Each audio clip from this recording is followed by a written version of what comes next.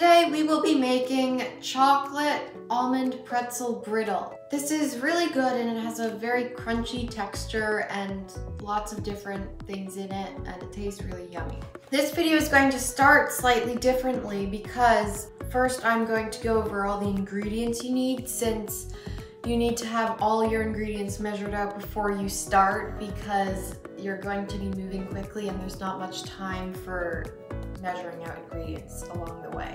So for your ingredients, you're going to need 1 cup of sugar, 3/4 cups of almonds, or you can use peanuts or pretzels, another 3/4 cups of pretzels, 1/4 cup of water, 2 tablespoons of butter, 2 tablespoons of light corn syrup, 1/2 teaspoon of baking soda, and anywhere between 3/4 cup and 1 cup of chocolate chips. First, you're going to take a baking sheet and you're going to line it with a sheet of parchment paper and just have that nearby. And then you're going to take a pot, and in it you're going to put 1 cup of sugar. And then you're going to attach a candy thermometer, and I used one of these in a recent video. And this is definitely much easier if you have one of these. So if you want to make this, I highly recommend that you have one. Then you're going to add in your corn syrup.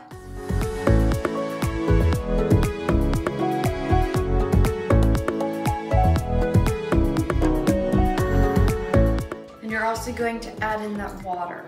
Then you're just going to stir that around until the sugar gets wet and it's all combined. You're going to attach your candy thermometer and turn it on medium-high heat. Now you're going to cook it without stirring until this mixture reaches between 300 and 305 degrees, and this will take a little bit of time, so I'm not going to film it because that's very boring and it's just a pot heating up. But I'll be back soon. Bye-bye. When your sugar mixture has reached 305 or 300 degrees, you're going to add in your butter and mix that in. It took me about 10-ish minutes to do the sugar heating part, but it could vary for different stoves. Once your butter is all melted, you're going to add in your baking soda. Mix that in until it's all combined. And then you're going to add in your nuts and then your pretzels until they get all coated in the mixture. Now you're going to take your pan and you're going to dump this out. Now this is much easier if you have a second person because you want it to get all evenly distributed on your pan so that it isn't too thick later on.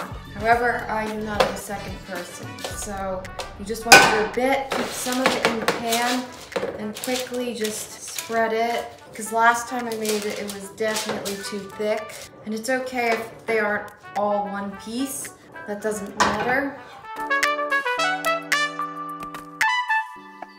Next, you're going to sprinkle your chocolate chips over your mixture, and you're not going to do anything with them yet. You're just going to let them sit here for a few minutes.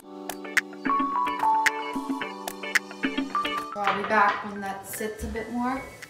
After you've given it about 5 minutes or so, you're going to take a spatula. I usually use an offset spatula, but our offset spatula is actually in the dishwasher right now and I don't feel like getting it out. So I'm just going to use a regular one. And you're just going to spread the chocolate chips over your thing, and you'll notice that they're all melted and it's going to create this chocolate layer on top. And if they aren't melted yet, you can just give it another few minutes before you come back and try again.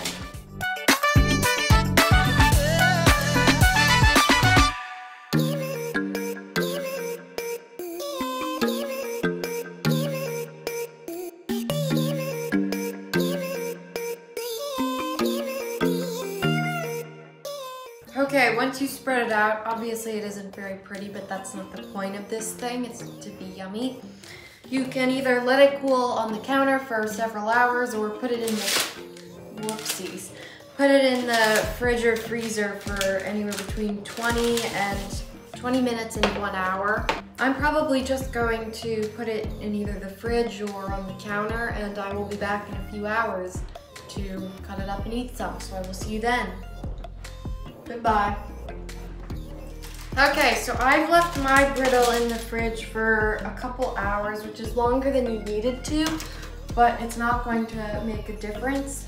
So now you can do whatever you want to cut this up. I'm going to use a knife and cut it into smaller pieces. You can also cut it into bigger pieces, or you could like bash it up against the tray. So I'm just going to cut that now. And you should eat some while you do this.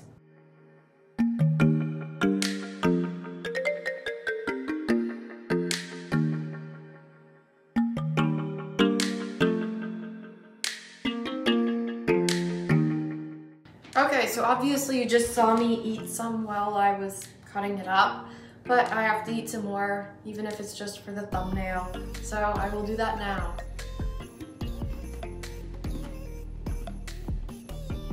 This is really good and it's pretty easy, and you should definitely make it, especially if you like this sort of thing, because it's really yummy and I like it too. So goodbye, thanks for watching. Now I'm going to go eat some more of this and then edit this video.